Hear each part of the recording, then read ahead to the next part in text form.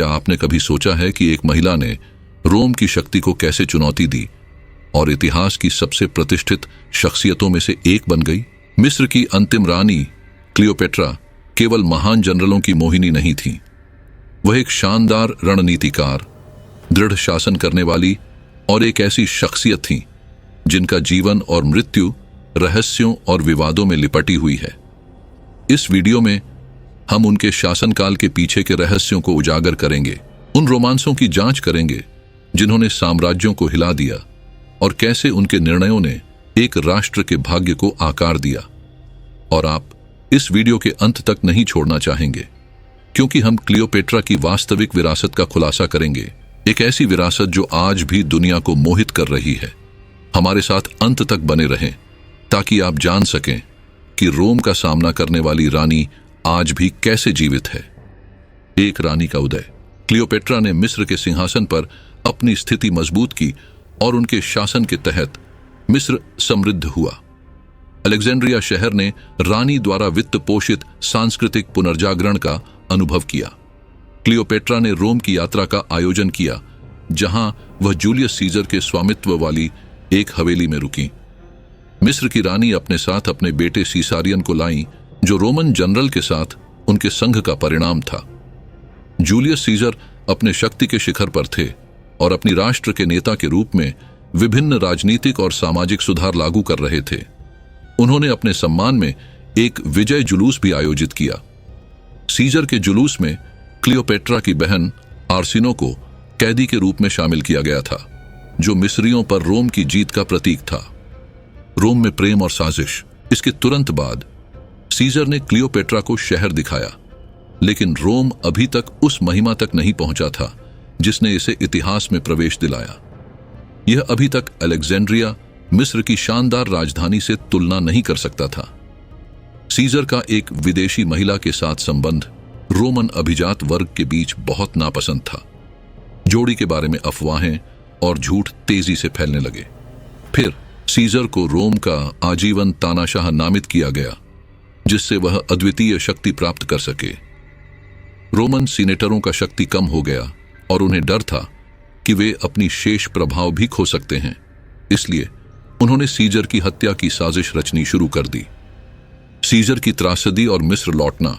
44 ईसा पूर्व में Julius Caesar की रोमन राजनेताओं द्वारा सीनेट सत्र के दौरान हत्या कर दी गई। रोम में अराजकता फैल गई और सीजर के दाहिने हाथ रोमन जनरल मार्क एंटनी ने षड्यंत्रकारियों का पीछा करना शुरू कर दिया। उन्होंने सीजर की वसीयत को सार्वजनिक रूप से पढ़ा, जिसमें क्लियोपेट्रा के साथ उनके बेटे का उल्लेख उत्तराधिकारियों में नहीं था। सीजर की वसीयत में उनके भतीजे ऑक्टेवियन को उत्तराधिकारी घोषित किया गया था। रोम अब रानी और उनके बेटे के लिए सुरक्षित स्थान नहीं था, इसीलिए क्लियोपेट्रा अपने राज्य लौट गईं। भाग्य की बैठक। क्लियोपेट्रा और मार्क एंटनी। इस बीच ऑक्टेवियन और मार्क एंटनी ने सीजर की हत्या करने वाले पुरुषों का पीछा करते हुए अपनी सेनाओं का नेतृत्व किया। 41 ईसा पूर्व में क्लियोपेट्रा और मार्क एंटनी के बीच एक बहुत महत्वपूर्ण मुलाकात हुई। मार्क एंटनी ने अलेक्जेंड्रिया में एक दूत भेजा, जिसमें रानी को तुर्की के वर्तमान क्षेत्र में स्थित तारस में एक बैठक के लिए आमंत्रित किया गया। मिस्र की रानी एक शानदार जहाज में निर्धारित स्थान पर पहुंची। जहाज की सुनहरी पॉप थी, उसके चप्पू चांदी से सजाए गए थे और पाल बैंगनी रंग के थे। यात्रा संगीत के साथ थी, जिसमें कलाकार पिफेरो, वीणा और बांसुरी बजा रहे थे। क्लियोपेट्रा शानदार पोशाक में सजी हुई थी और उनके सेवक उनके साथ थे। जैसे ही वह नाव चला रही थी, हवा में एक मनमोहक खुशबू थी। स्थानीय आबादी ने अपने काम छोड़ने और क्लियोपेट्रा की शानदार आगमन को देखने के लिए जल्दी की। अलेक्जेंड्रिया में प्रेम और शक्ति। इस दृश्य को देखने के बाद मार्क एंटनी पूरी तरह से क्लियोपेट्रा के प्रति मोहित हो गए। 41 ईसा पूर्व में क्लियोपेट्रा ने शक्तिशाली मार्क एंटनी को अलेक्जेंड्रिया आने के लिए आमंत्रित किया। उन्होंने निमंत्रण स्वीकार कर लिया और मिस्र के शहर में कुछ समय बिताने के बाद और रानी के साथ रोमांटिक रूप से शामिल होने के बाद रोमन को प्रस्थान करना पड़ा। दोनों ने पत्राचार जारी रखा। काफी समय बीत गया जब तक कि जोड़ी फिर से नहीं मिली। क्लियोपेट्रा के जुड़वां बच्चे हुए और मार्क एंटनी ने पितृत्व को स्वीकार किया। लड़के का नाम हिलियोस रखा गया, जो ग्रीक मूल का नाम है और सूर्य का अर्थ है, और लड़की का नाम सेलीन रखा गया, जिसका अर्थ चंद्रमा है। कमजोर गठबंधन और रोमन प्रतिद्वंद्विता। उस अवधि के दौरान जब रोमन जनरल रानी मिस्र से दूर रहे, उन्होंने अपनी रोमन पत्नी फुल्विया के पास लौट आए। हालांकि वे क्लियोपेट्रा को भूल नहीं पाए। हालांकि फुल्विया का निधन हो गया, जिसने अंततः मार्क एंटनी के लिए क्लियोपेट्रा के साथ फिर से मिलने का मार्ग प्रशस्त किया। समस्या यह थी कि जूलियस सीजर के भतीजे ऑक्टेवियन नहीं चाहते थे कि ऐसा हो, और उन्होंने सुझाव दिया कि उनकी बहन को जनरल रोमन से शादी करनी चाहिए। अंततः ऐसा ही हुआ, और 2 वर्षों के भीतर उनके 3 बच्चे हुए। दूसरा त्रिमूत्र और शक्ति के लिए संघर्ष। मार्क एंटनी, ऑक्टेवियन और लेपिडस ने एक राजनीतिक गठबंधन बनाया, जिसे दूसरा त्रिमूत्र के नाम से जाना जाता है। लेपिडस अंततः राजनीतिक जीवन से हट गए, और तब से रोम में शक्ति के लिए ऑक्टेवियन और मार्क एंटनी के बीच विवाद शुरू हो गया। रोम में सत्ता को दोनों के बीच बांटा गया था। सीजर के भतीजे के पास पश्चिमी क्षेत्रों पर शासन करने का अधिकार था, जबकि मार्क एंटनी ने पूर्वी प्रांतों पर शासन किया। हालांकि एंटनी फिर से शादी कर चुके थे, क्लियोपेट्रा के साथ उनका रोमांस खत्म नहीं हुआ था, जो ऑक्टेवियन को नाराज करता था। दंपति अंततः एंटियोक में फिर से मिले, जहां उन्होंने अपने संघ को औपचारिक रूप दिया। उन्होंने अपनी संपत्ति और संप्रभुता का प्रदर्शन करने के लिए कई पार्टियों और भोजों का आयोजन किया। पार्थीय साम्राज्य का उदय और बढ़ता तनाव। पार्थियों द्वारा सीरिया और एशिया माइनर में रोमन क्षेत्रों पर हमले के बाद रोमन को मिस्र छोड़ना पड़ा। पार्थीय साम्राज्य प्राचीन फारसी संस्कृति का उत्तराधिकारी था। दूर से ऑक्टेवियन इस रिश्ते से नाखुश थे और रोम और शक्तिशाली मिस्र के बीच संबंधों से निराश थे, आंशिक रूप से क्योंकि उनकी बहन को मार्क एंटनी द्वारा अस्वीकार कर दिया गया था और रोम के अधिकांश साम्राज्य को युगल के हाथों खोने का डर था। अब मार्क एंटनी और ऑक्टेवियन के समर्थकों के बीच एक नई गृहयुद्ध शुरू हो गई थी। एक्टियम की लड़ाई और मार्क एंटनी का पतन। 31 ईसा पूर्व में ग्रीस में स्थित एक्टियम की लड़ाई हुई, जहां दोनों पक्ष एक दूसरे का सामना कर रहे थे। क्लियोपेट्रा ने युद्ध में अपने पति का साथ दिया, लेकिन जैसे ही मार्क एंटनी की हार स्पष्ट हो गई, वह मिस्र लौट आई और शांति से लोगों को एक झूठी जीत की घोषणा की। ऑक्टेवियन ने इस लड़ाई में एक निर्णायक जीत हासिल की, जो रोमन गणराज्य के अंत और साम्राज्य काल के प्रारंभ का प्रतीक थी। इस बीच क्लियोपेट्रा ने एंटनी को पुनः संगठित करने के लिए अपने सहयोगियों को बनाए रखने का प्रयास किया। हालांकि हार के बाद मार्क एंटनी पहले जैसे नहीं रहे। अंतिम त्रासदी। मार्क एंटनी और क्लियोपेट्रा की मृत्यु। ऑक्टेवियन ने क्लियोपेट्रा को एक संदेश भेजा, जिसमें कहा गया था कि अगर वह अपने प्रियजन की हत्या कर देती है तो उन्हें क्षमा कर दिया जाएगा। प्रस्ताव की अनदेखी करते हुए मिस्र की रानी अपने पति को पुनर्जीवित करने की कोशिश करती रही। इस बीच वह अपने निजी चिकित्सक के साथ एक प्रभावी जहर की खोज भी कर रही थी। रानी सबसे खराब स्थिति के लिए तैयार हो रही थी। मार्क एंटनी का अंत दुखद था। जैसे ही क्लियोपेट्रा ने ऑक्टेवियन और उनकी सेना से भागने की कोशिश की, जो अलेक्जेंड्रिया पहुंच गई थी, मार्क एंटनी को खबर मिली कि उनकी प्रिय की मृत्यु हो गई है। उन्होंने अपनी तलवार ली और अपने सीने में जोर से वार किया, लेकिन घाव घातक नहीं था और एंटनी तुरंत नहीं मरे। खून बहने और दर्द के कारण पीड़ित होने के दौरान उन्हें पता चला कि क्लियोपेट्रा अभी भी जीवित थी और वह उनसे आखिरी बार मिलने में कामयाब रहे। यह अपनी प्रेमिका की बाहों में था कि उसने अपनी आखिरी सांस ली।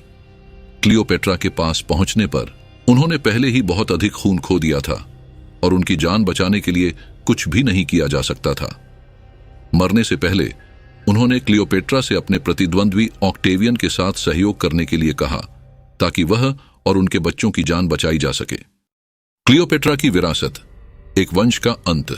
यह महान रोमन जनरल मार्क एंटनी का अंत था।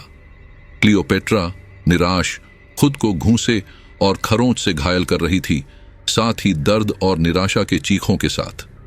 इन घावों में संक्रमण हो गया और क्लियोपेट्रा को ऑक्टेवियन ने पकड़ लिया। जिसने उसे अपने घावों का इलाज कराने के लिए मजबूर करने की कोशिश की।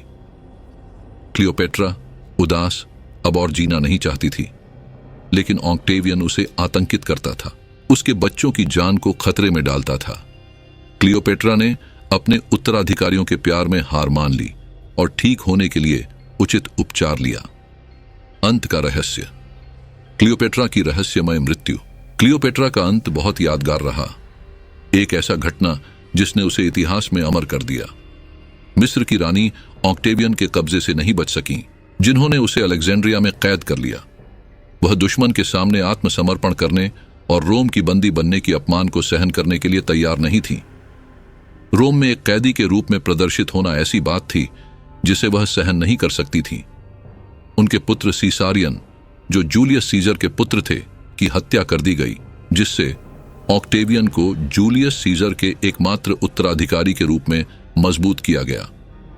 बाकी बच्चों को रोम ले जाया गया और ऑक्टेवियन की बहन ऑक्टेविया द्वारा पाला गया।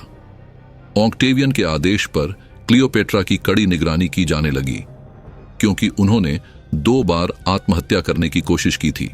फिर भी ये सावधानियां जिद्दी रानी को रोकने के लिए पर्याप्त नहीं थीं। क्लियोपेट्रा ने अपना जीवन समाप्त कर लिया, एक पत्र छोड़कर कहा कि उन्हें मार्क एंटनी के बगल में दफनाया जाए। उनके अंतिम क्षणों के बारे में कुछ स्रोतों का कहना है कि उन्होंने खुद को एक सांप द्वारा काटने की अनुमति दी, जिससे विष के प्रभाव से उनकी मृत्यु हो गई। अन्य स्रोतों और विद्वानों का कहना है कि क्लियोपेट्रा ने किसी प्रकार का जहर लिया। इन अनिश्चितताओं के कारण उनके अंत का बहुत विवादित है। जिस संस्करण में उन्होंने जानबूझकर खुद को एक सांप से काटने दिया, वह निश्चित रूप से अधिक नाटकीय और यादगार है, लेकिन यह अधिक संभावना है कि उन्होंने किसी प्रकार का घातक जहर लिया जिसने उन्हें असुविधा और पीड़ा दी। अमर रानी क्लियोपेट्रा की विरासत और आकर्षण। वास्तव में क्लियोपेट्रा को एक दीवान पर लेटा हुआ पाया गया था, सुंदर वस्त्र पहने हुए और, जैसा कि कहा जाता है, शांत भाव के साथ। मार्क एंटनी की मृत्यु के 9 दिन बाद क्लियोपेट्रा की मृत्यु हो गई। उनका अंतिम संस्कार शाही सम्मान के साथ किया गया, जैसा कि एक मिस्र की रानी को शोभा देता है। मार्क एंटनी के बगल में दफनाए जाने की उनकी इच्छा का सम्मान किया गया। शक्तिशाली सम्राट की मृत्यु के बाद मिस्र एक रोमन प्रांत बन गया, जिससे मिस्र पर टॉलेमिक राजवंश का वर्चस्व समाप्त हो गया। क्लियोपेट्रा की कहानी वास्तव में आकर्षक है। उनके कई पूर्ववर्ती शक्तिशाली मिस्र के शासक थे। क्लियोपेट्रा ने महिला शासकों की इस वंशावली में अपनी छाप छोड़ी, एक प्रतिष्ठित व्यक्ति बन गई। उनका जीवन पथ विशेष रूप से अशांत और कई मायनों में प्रभावशाली था। शुरुआत में टॉलेमिक वंशावली से, जो पहले से ही परिवार के सदस्यों के बीच हत्या की संख्या के कारण प्रभावित करने के लिए जानी जाती थी। वास्तव में यह प्रथा खुद क्लियोपेट्रा द्वारा बनाए रखी गई थी, जिन्होंने खतरों को खत्म करने के लिए अपने भाइयों में से एक की हत्या का आदेश दिया था। इन हिंसक घटनाओं के बावजूद यह मानना महत्वपूर्ण है कि टॉलेमिक्स का शासन मिस्र के लिए बहुत महत्वपूर्ण था और क्लियोपेट्रा एक ऐसी महिला थी जिसने अपने जीवन काल में एक शासक के रूप में बड़ी जिम्मेदारियां संभाली और महत्वपूर्ण निर्णय लिए। उनके कई प्रशंसक और दुश्मन थे। वह कुशल, उत्तेजक और अत्यधिक प्रभावशाली थी।